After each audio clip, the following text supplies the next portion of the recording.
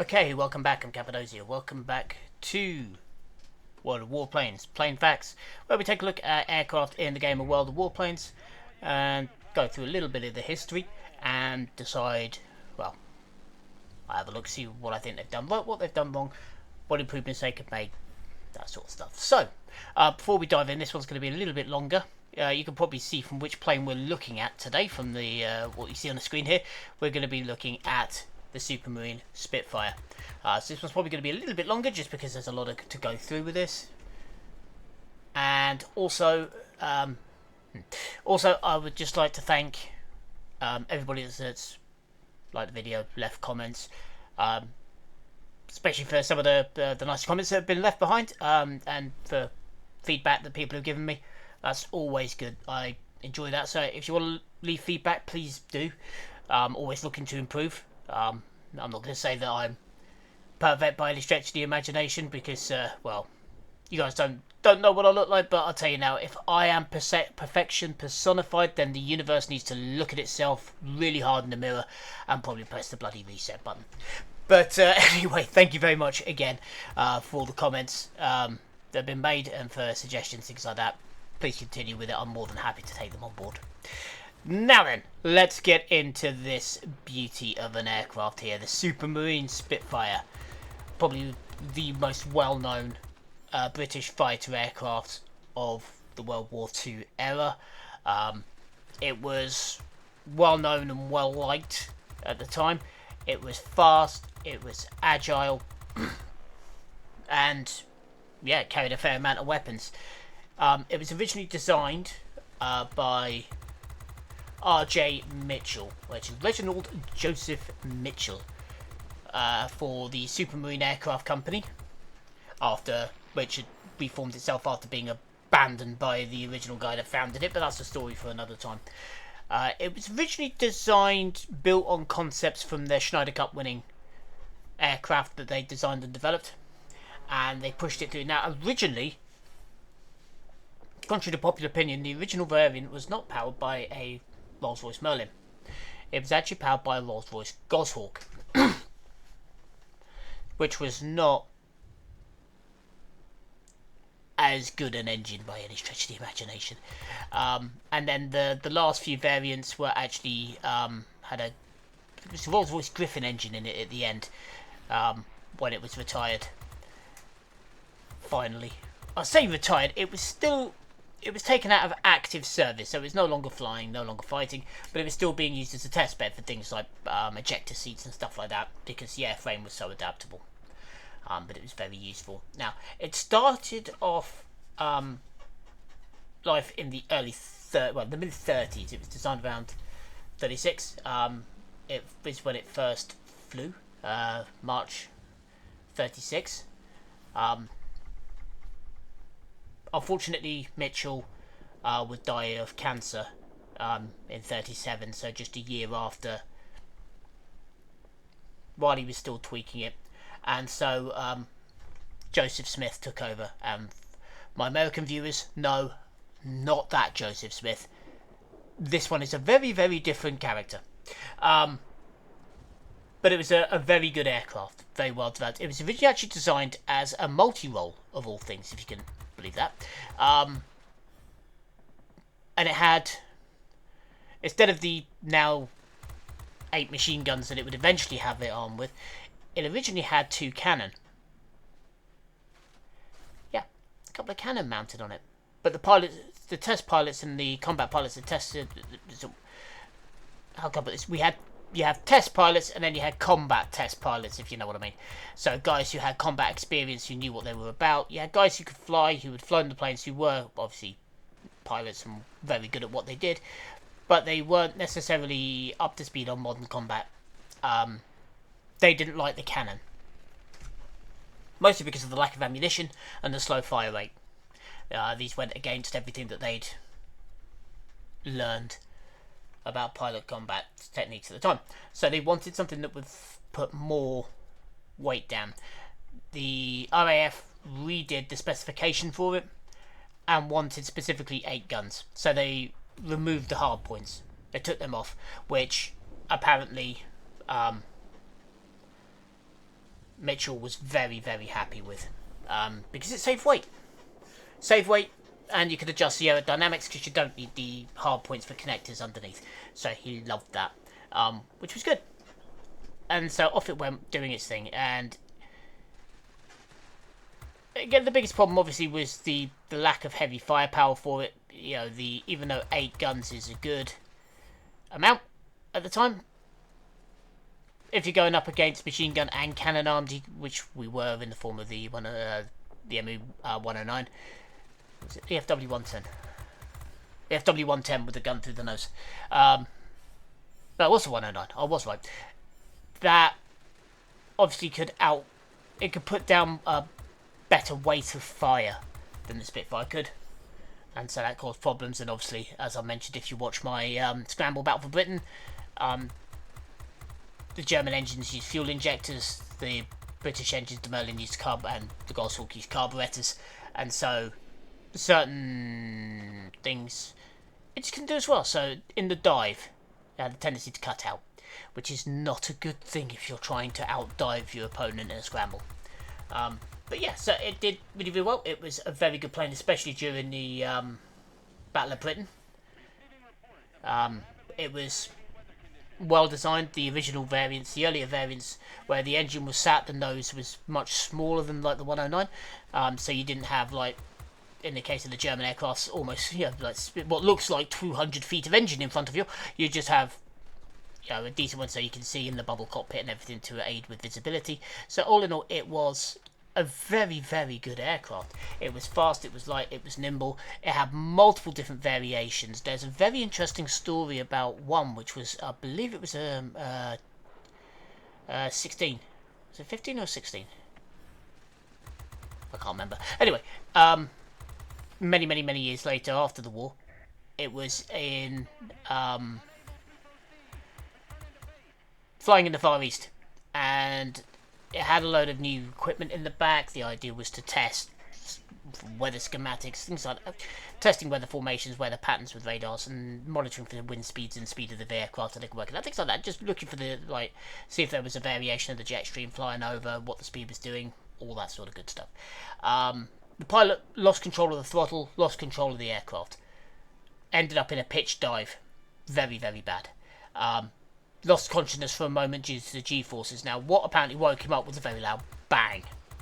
And it was measured that according to the equipment in the back, he had gone at 0.96, Mach 0.96. Now, when you look at the information that the pilot's given, what he's describing is breaking the sound barrier. He describes a sonic boom going on around him, so it does seem that even though it never happened officially, that a Spitfire was the first propeller-driven aircraft to break the sound barrier,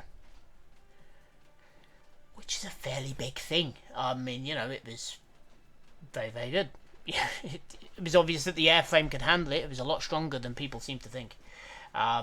You had obviously alterations to the production and things like that for it, but yeah, during the war it did a really good job. The only version of the aircraft really that didn't do very well was the Seafire, which was their attempt to put it onto aircraft carriers. It was too finessed for an aircraft carrier based aircraft. It required a lot of maintenance. It required a lot of, how can I put this, it was on the ground, it was very delicate. It liked things still and steady. It didn't want to be being thrown around on a boat. So yeah, but that is a problem. But anyway, the original variant was the Type 300. Now, those of you who don't know, I'm not far from Southampton. This thing was built and tested at the Supermarine test area, which is what is now Southampton International Airport at Eastleigh. There's a really good museum as well in the city about the Spitfire and the other aircraft that came from Supermarine. Although if you look back at some of their earlier stuff, you really don't want to. Some of it was horrible. But they put the Type 300 out. Well, the Type 224 originally, and then the Type 300. But it needed lots of things. So originally it had a fixed undercarriage. So in the Type 300 they added retractables, knocked a chunk off the wingspan. Yeah, it was originally using a Goshawk engine, and then they moved on to the Merlin, and then Supermarine itself ended up being absorbed into Vickers, which is never a bad thing. HG Vickers and Sons was a massive conglomeration, so it was really, really, really good for them. But yeah, they looked for. Then they put out again, like I said, the Air Ministry was in December 34. They put out the specification. Mitchell was quite happy. He didn't see any problem adding the guns, and he saw no problem in removing the weight. So yeah, this was like his baby, and it was stole a lot of designs from all over the place, but it worked. That was the thing. It really, really worked.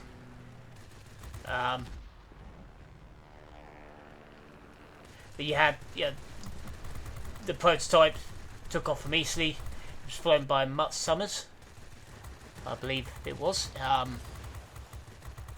Yeah, and then he was quoted saying, "Don't touch anything on landing. Leave it. Do not mess with this plane. Leave it the hell alone." Which is it's good, and considering it was only 4 months after the Hurricanes test for the first flight, it's shows the difference in the ways of thinking and what they were trying to do here. The Spitfire was really, really a precise piece of equipment.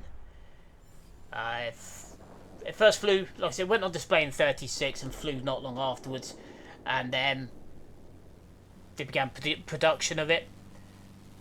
The problem was, at the time, they couldn't complete the original order.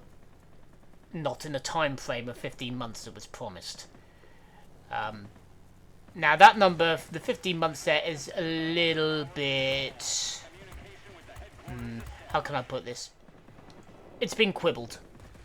Now, whether it was 15 or 18 months, which are the two figures I've seen, if anybody wants to correct me on that, again, please feel free. But I've seen 15 months and 18 months, depending on the source material. I haven't got the books in front of me, so I can't tell you which one it was, but one of them, it was definitely in the history of Supermarine. Can't remember who wrote it. I've got it around here somewhere. It's in my bookcase. I need to dig it up. Not going to get a chance to do that now, but when I do, I'll add it on here. But anyway, these things, some have said 18 months, some have said 15. But either way, the problem was that the Supermarine was already busy building what they were known for at the time, which was flying boats. I believe it was the Stranraer and the Walrus, I believe they were building. And Vickers were busy building the Wellington. The Wellington bomber. So they had to sort of ship it out and get other people as part of Vickers Armstrong. They didn't really want to see it produced outside the company because, well, once you start producing things outside, people can see what people can steal your homework. And so they didn't really want that. But yeah, the Spitfire ended up being put into full production, and they started pumping it up. There were certain things that had to be overcome. There were issues with the production,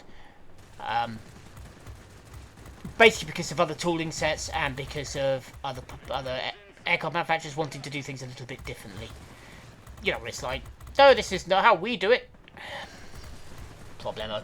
But yeah, so off it went, and it flew absolutely everywhere. There is not one theatre during the war that this thing didn't fly. It kind of made its name during the Battle of Britain. It became Britain's darling of an aircraft at this point, despite the fact it actually shot down less than the Hurricane. But because there were simply less of them than there were Hurricanes. There were a lot more Hurricanes in the Battle of Britain than there were the Spitfire. The Spitfire's survivability rate was higher. Its kill-to-loss ratio was higher. But the fact there simply weren't many of them meant that the Hurricane was always going to get more kills. That's just life. But, like I said, statistically it was the better fighter.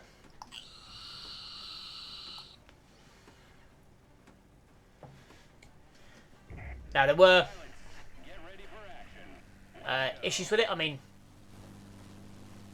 there was going to be issues with every aircraft at this point, but especially later variants, where the engine became heavier on the nose, it meant that it couldn't handle quite as well. So a Mark 15 was not going to out-turn.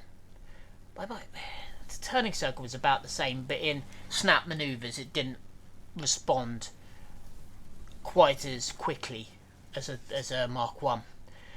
So, for example, in a flick turn or something like that, or a quick rollout, it didn't do it quite as well because of the weight on the front.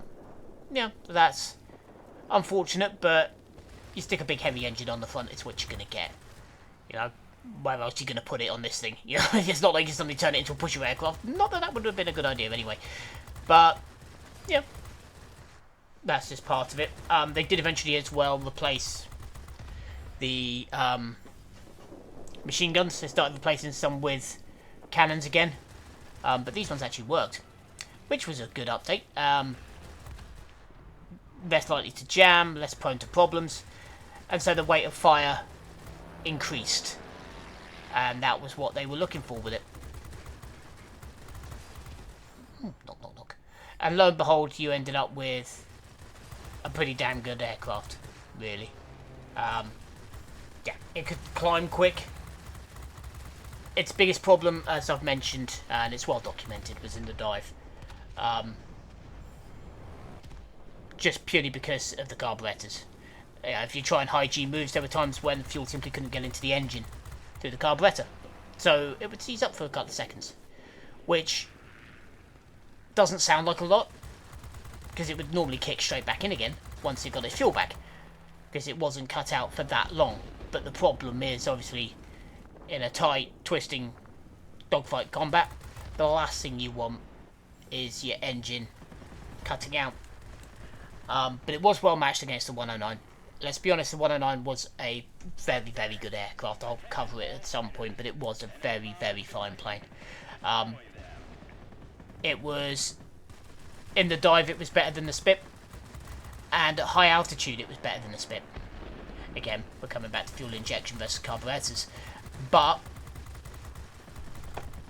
some of it comes down to German doctrine as well. The British wing system versus the Finger 5, or Finger 4 even. So some of it comes down to that. But for the most part, the two planes were very well matched. And so it is a testament to the areas in which the Spitfire did have the advantage as to why it was coming away with a higher kill ratio than the 109.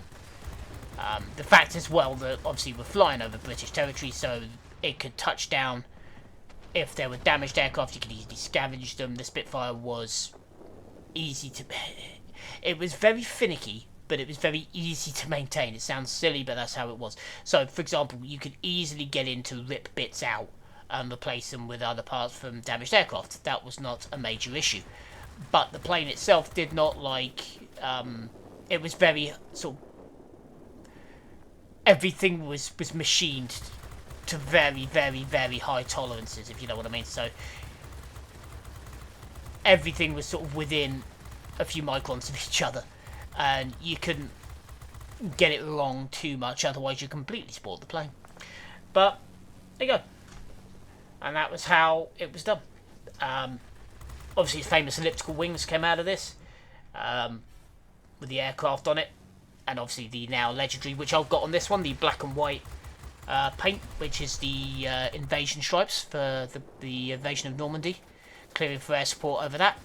They're painted black and white, basically just to make life easier for the poor idiots on the floor who were shooting at German aircraft. If they spotted black and white stripes on it, they knew not to shoot it.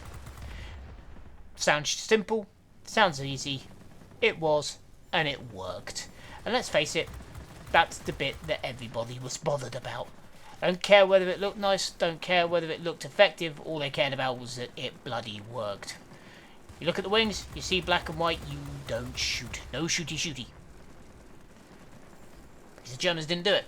They didn't know it was coming. So, yeah, that was quite a simple thing, and again, as with most things, sometimes the simple answer is the best, and in this case it most definitely was.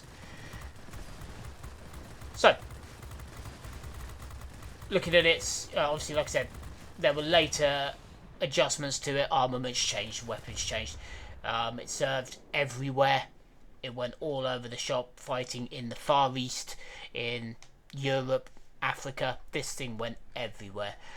It was used by a large majority of air forces, including the RAF, obviously. Or the Canadian Air Force used it, the Free French used it, even the US Army Air Force bought some. And obviously you got, like I said, the different variants using different engines, and eventually it was developed further into the Spitfire, which was a plane that took a lot of lessons from it and moved on. Obviously things changed as well with the difference between the shape of the ellipse wings. They became more pointed and clipped at the end. The bubble canopy was replaced with a more streamlined canopy and then put back again. So yeah, there was all sorts of different bits done to it again. Cannon armed versus machine gun armed, mix and match of both.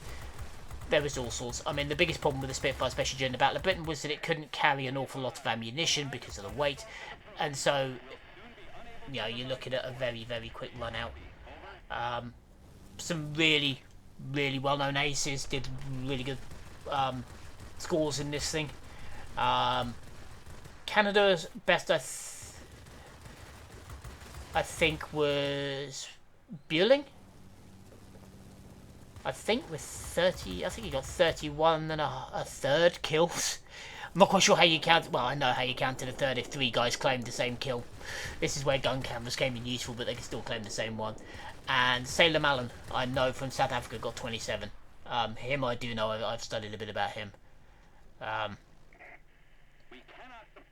got the name Armstrong in my head as well. Is he Kiwi or an Australian? Can't remember, but I know. I can't remember his first name either, but I know. So yeah, I think he got about 12. So yeah, and it played a real huge role, not just as a fighter, but also as a recon aircraft with its gun cameras when it was strafing. There is a story about Rommel when he was surveying the Atlantic Wall. Not sure if it's true, but it's worth saying. You know, when he was visiting the Atlantic Wall, looking at it and talking to one of his commanders about it, they were telling him what they had around the area, when a Spitfire came up over the top of some trees and bared down and opened its guns and kicked up dirt all the way up to Rommel, who was just stood there leaning on his cane watching the bullets fly towards him. And then as the plane veered off, it didn't quite manage to take out the Desert Fox, which would have been an interesting one. He simply tapped his cane and said, "And I think another anti-aircraft position right here would be good." And then carried on walking while his aides picked themselves up out the bushes. So yeah, like I said, it served in the obviously in the Mediterranean as well, taking on the Italian Air Force, the Leggio Aeronautica, and the Luftwaffe.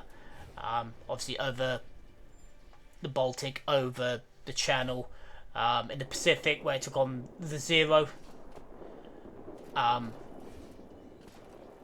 which gave problems of its own right, because the Zero couldn't outrun the Spitfire, but it could outturn it, and it could climb in a very steep, very, very steep angle. The Spitfire was not designed for that, and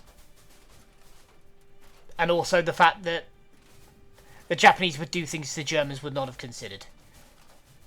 But turning in and ramming you for no apparent reason. So the Spitfire, the pilots in the RAF decided to do what they called slash and run. So basically they dive in, take them out, and they just use their diving and speed a bit advantage just to run away. And then pull up at a safe distance, come back round, run back in again, and come back in again. So, but there weren't many Spitfires out there purely because, well, it wasn't a high priority. The Allies did their Europe first policy, their Germany first, and so yeah. The US used them for a little bit out there, but eventually they replaced them with P-47s. So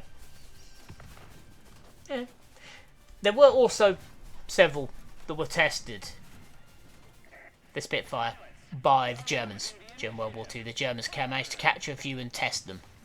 Um, Sometimes clandestinely, sometimes quite openly with the tests. And also, it's believed that there were some clandestine German units that were actually using Spitfires disguised, shall we say. So, yeah. We don't know for certain whether that's true. Obviously, the whole point of clandestine is that you don't know that they're there. So, yeah. That's the thing where it was used by both sides. But it was a very good aircraft. What it did against German fighters, it was more manoeuvrable, and it had a rough, almost equivalent speed to the 109. The 109 was better in the dive. The Spitfire was better in the climb. So the difference in speed and turning circle, the Spitfire had the edge in turning circle. The 109 had a slight edge in speed. The Spitfire better in the climb. The 109 better in the dive. So, yeah, much for muchness. Obviously, the Spitfire had its 8 machine guns. The 109 had its 4 machine guns with its cannon through the nose. So, not too far of a difference. I mean, the main difference was if that 20mm, it's 20 or 30, I can't remember. But anyway, that cannon poking through the nose, if that landed a couple of shots, then the Spitfire was in problems. But obviously, you could outturn and just make sure they never got the shot on it. But that's a very, very quick overview. I know it's been, give or take, around half an hour. But, you know, and then we're going to get into... The last variant was the Griffin engine variant. I'll get into that really quickly. But it was basically... You have to remember, this is during the era when the jets were starting to really come through. And so the Spitfire was clung on. The Griffin engine had been developed right towards the end of the war, and it was a very good engine. So they strapped it into the Spitfire, which accepted it and took it and ran with it quite happily. Again, just showing how adaptable the airframe really was. And yeah, what they did discover, which I found quite interesting, they used the Spitfire as well to test for, in dummy situations as test rigs and things like that at this point, and they discovered that the Fire Streak missile couldn't hunt it. The Fire Streak was an infrared thermal guided missile, and because of the Spitfire's low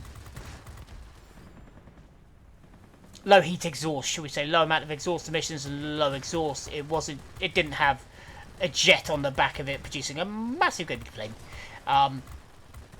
But the Fire Streak actually had real difficulty locking onto it.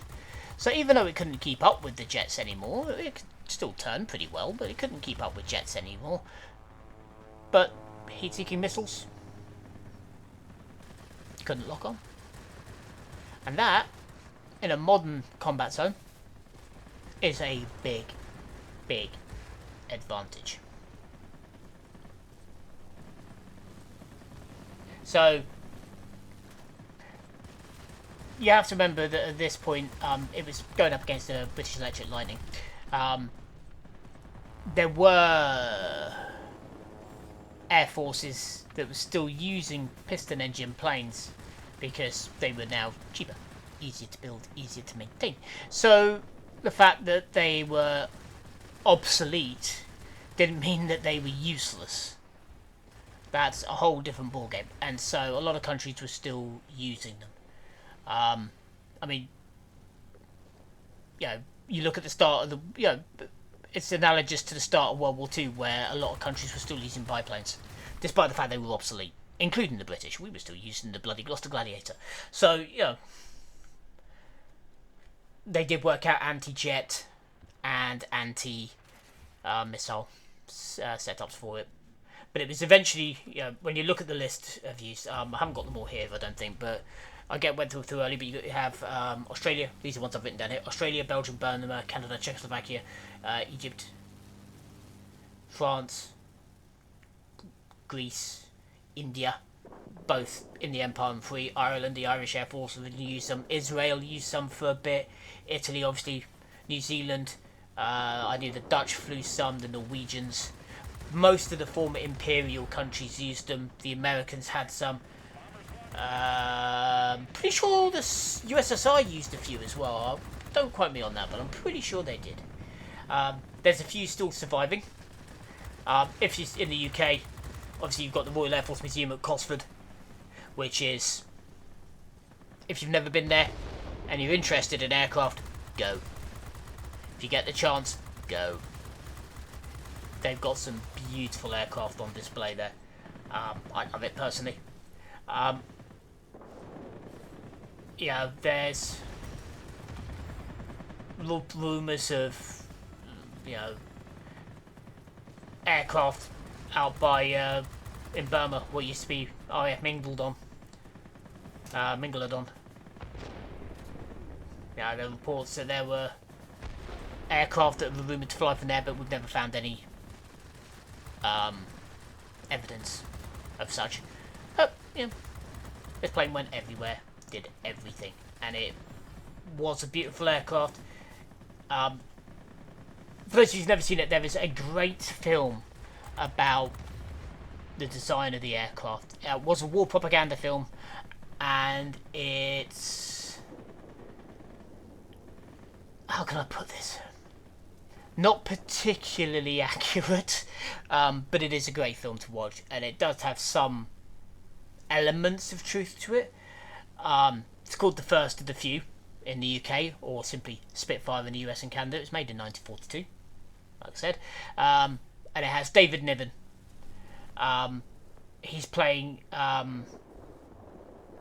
character called Crisp, which is a composite character of the Snyder Trophy pilots and the Supermarine test pilot Jeffrey Quill. So he's a composite character called Crisp, who didn't exist, sadly. If he did, it would have been hilarious, because the character in the film is absolutely awesome.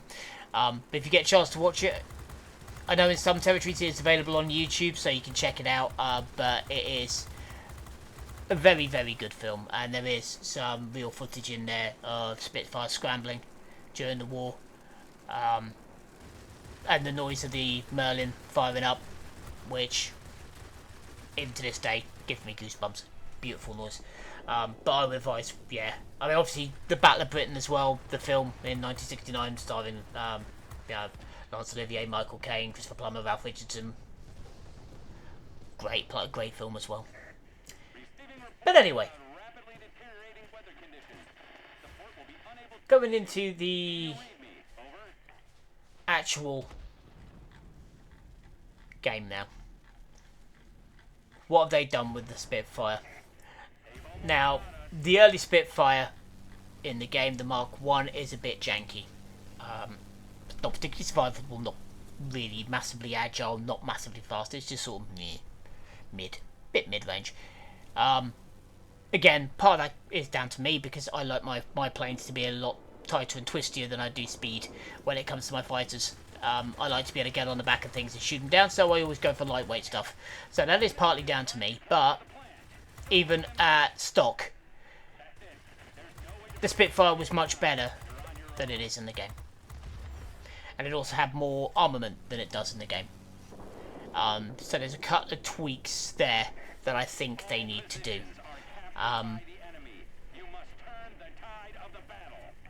Comes in a category 5. It's and later on, like the Type 15 is in there with like early jets and things like that, which, yeah, okay, it did come along around the same time, so I can't really complain about that, but it couldn't keep up with those, but it was a lot turnier. I mean, yeah, that was what it was there for. Even in those days, it was still a useful aircraft to have around. And I think that it's a bit unfair on the Spitfire with some of the things it has to go up against at that point. And also, in the game, I know it couldn't carry an awful lot of ammunition because of the weight and everything else. It's, you know, ammo supplies and everything in the wings. And so you couldn't really overload it with ammunition. Yeah, I get that. But the way that, how quickly the weapon overheats on it is something else. I get they've got to keep it balanced and all the rest of it, but it just feels... When you fly some of the other planes for the later tiers, in the game, and then you fly the Spitfire. It feels as if they've used the Spitfire as kind of just like a baseline, and then made everything else. So it's, you know, based everything on the Spitfire. So the Spitfire feels kind of like a mid-level, if you know what I mean. It feels like just the jack of all trades, the average. And that is certainly not what that plane was. Yeah, alright, it... You know, at the dawn of the jet age, it was never going to win any prizes for outrunning everything. But it could still turn well. It still flew well. It just didn't have a jet engine strapped to the back of it to make it go shoom and go disappear into the distance fast. But it kind of feels like they made it... I mean, maybe it's just me, but it kind of feels like they made it sort of like the baseline for everything else to be based on. Which I understand. You know, it's a well-known, famous plane. It was very good at what it did. But there were other planes that I think in different categories should have been the baseline, and this should have been adapted to. I mean, personally, I would have made like the 109, the 109 fighter variant, the baseline, because it was a mixed match of all things, you know. And so I would have made that the baseline, and then built from there, adjusted the Spitfire around that. But again, maybe that's just me showing a bit of bias. As you know, if you've watched any of my videos, you know I'm not afraid to acknowledge when I have a bit of bias about me. Obviously, this thing does come from like the city I live in, so it's not really surprising that. It's not my hometown, by the way. Before anybody says that, not telling you where that is, but no, it's not my hometown. But you know, it's maybe I have a little bit of bias there, but some of the later variants are still good. Maybe not as good as they should be. The Spitfire had the reputation it had for a reason, and it stayed for a long ass time. Even though they were only built for 10 years. 38 to 48. But that saw it from the era of the biplane through to the era of, you know, the dawn of the jet engine, and it survived and made a hell of a reputation for itself. So, especially given this game's seeming sort of slump into that direction, mostly World War II fighter aircraft. Alright, there's a few from post, you know, I'm not going to argue. There's a few from pre, yeah, again, fair. But it does kind of feel like... Again, maybe it's just me, but it doesn't feel like they made the Spitfire as good as it could be. Or it should be. Because it was a very, very good aircraft. I mean, there's a quote from Goering's diary that was used in the film The Battle of Britain, you know, where he gets off the train. My friends, is there anything, you know, I'm not here to, when he's talking to the generals when they're trying to launch Sea Line for the Battle of, when the Battle of Britain, obviously that was the reason why it happened. And they say, you know, my friends, is there anything, I'm not here to shout at you, I'm here to berate you, I'm here to help. Is there any way in which I can help you? And one of his commanders says, yes, Herr Reichsmarschall, get me Spitfires.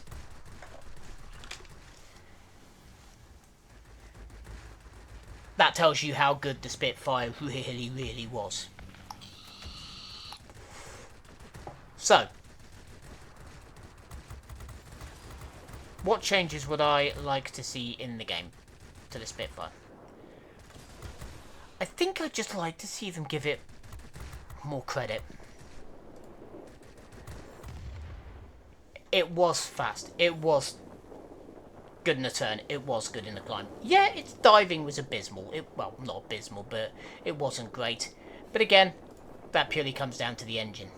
But it could do it, and it couldn't pull stupidly high G. Well, the frame could handle it. The pilot couldn't, but the frame could. The engine couldn't, but the frame could. So it was a very, very good airframe, and I think giving it a bit more survivability would be good, and making it a bit more agile. If you need to knock some speed off, yeah, fine. I'm not going to complain, because obviously I understand that it's a game, it does need to be balanced. But I just think it seems too midline to me for what the Spitfire really was. Was it the greatest plane in the war? No. I mean, there's only one plane really that can claim that crown, and people are going to give me funny looks for this thing, but it's the Fairy Swordfish. And there's going to be people who know their aircraft who are going to be looking in my direction and thinking, Cap, what the hell are you smoking? The reason why I say the Fairy Swordfish, name me another plane that went through the entire war. That was in service at the start, still in service at the end, and actually survived the plane that was supposed to replace it. Oh wait. I might be waiting a while because you're not going to find another one. And that, for me, tells you how good the Swordfish really was. But anyway, the Spitfire was a very good plane. It built a very good reputation for a reason. And I would like to see the devs sort of hold on to that. It was a fearsome plane. Germans loved it. The British. It, still to this day, it holds a special place in British consciousness, the Spitfire. Every time you see anything to do with the war, there's always a picture of a Spitfire in there somewhere. Because it was so iconic. So I'd like to see them pay a little bit more respect to it. And on top of that, make it more what it was. Like I said, make it a bit more survivable. It was a survivable aircraft. The airframe was strong and rugged and ridiculously adaptable. I don't know whether you could honestly make it a bit faster without destroying balance for the game, but it would be nice to see. There are things I would love to see him do, but I know it would require an overhaul of the game for that. Things like making it a bit dodgy in a dive. That would be really funny. Make it, so if you're pitching down, it becomes less stable or less able to turn. Things like that. That would be interesting, but again, I know that would require, like I said, a complete overhaul of the game, so I'm not expecting anything like that, but it would be a fun thing to bring in. But, yeah. Overall, I think it might just be me being a little bit biased, but I do think the Spitfire in the game is just a little bit mid. I think they've taken it almost as like the generic World War II aircraft and adjusted everything around it rather than finding... I mean, I don't think there is any such thing as the generic World War II aircraft you could base everything off, but being a bit more sensible about it I think would be good. But anyway, I think that's about there. So again, this has just been a quick dive into the history of the Spitfire. There is so much more to dig into on it. It really is a very interesting plane when you start digging in. And the story behind it is really, really good. And its whole reason for existing and why it was built. And it really is a very, very, very good aircraft. I love it.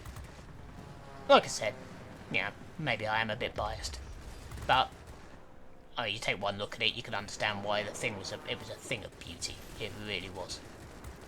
Not my favourite plane from the World War II era, I must admit, as if you've seen the video you already know, that belongs to the Mosquito. There's another plane I would love to have seen in the game, which is the Western Whirlwind, but I'm a weirdo for things like that. I like unique looking planes.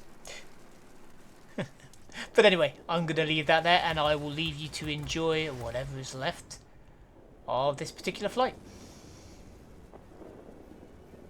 So again, thank you very much for your time. For the minute, I've been Cappadocia. Signing off. Communication with the headquarters established.